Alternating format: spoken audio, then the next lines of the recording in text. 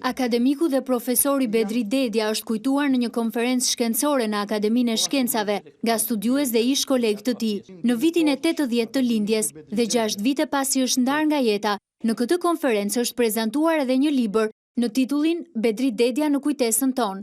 Është një përmbledhje e 48 kujtimeve, shënimeve dhe mendimeve shprehura nga kolegë, akademik, profesor, nga vendet të ndryshme të botës, sigurisht edhe nga Shqipëria.